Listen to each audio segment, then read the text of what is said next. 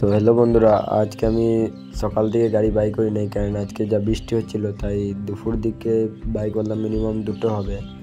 চলো যাওয়া যাক, দেখি। একটা দাদু তো আমাকে 39বার ফোন করেছে যে আসবি কি না।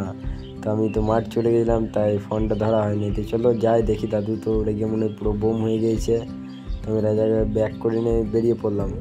আর এই জলে জলে সত্যি বন্ধুরা যা খারাপ লাগছে, পুরো অবস্থা একদম টাইট হয়ে গেছে।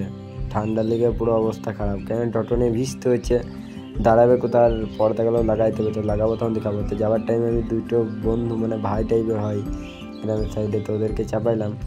ওদেরকে নামিয়ে নিয়ে আমি বেরিয়ে পড়েছিলাম। তখনই জল দেখতে পাচ্ছ তোমরা, যাওয়ার টাইমে এত জল হচ্ছে না। তারপরে আমি নিজের মধ্যে যেতে 4জনকে পেয়ে গেলাম। এরা যাবে জপাহাড়ি, তো এদেরকে জপাহাড়ি পৌঁছাবো। এটা হলো মেন রোড না, এটা মানে রাস্তার সাইডে যেতে হবে। তাই আমি বেরিয়ে পড়লাম। তো জলটা এখনও পড়ছিল, ভালোই জল পড়ছিল।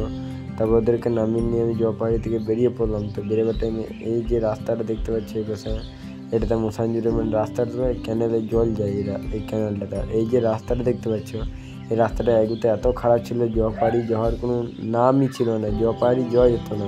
আমি এগুতে একবার গিয়েছিলাম, তো এত রাস্তাটা খারাপ।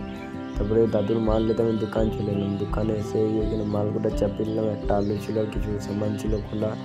দাদু যাই হোক আমাকে 39বার আজকে ফোন করেছে, তাই আমি মালটা কোনোরকম দাদুর পৌঁছাতে পারলাম। এটাই আমার মানে ভাল লাগছে।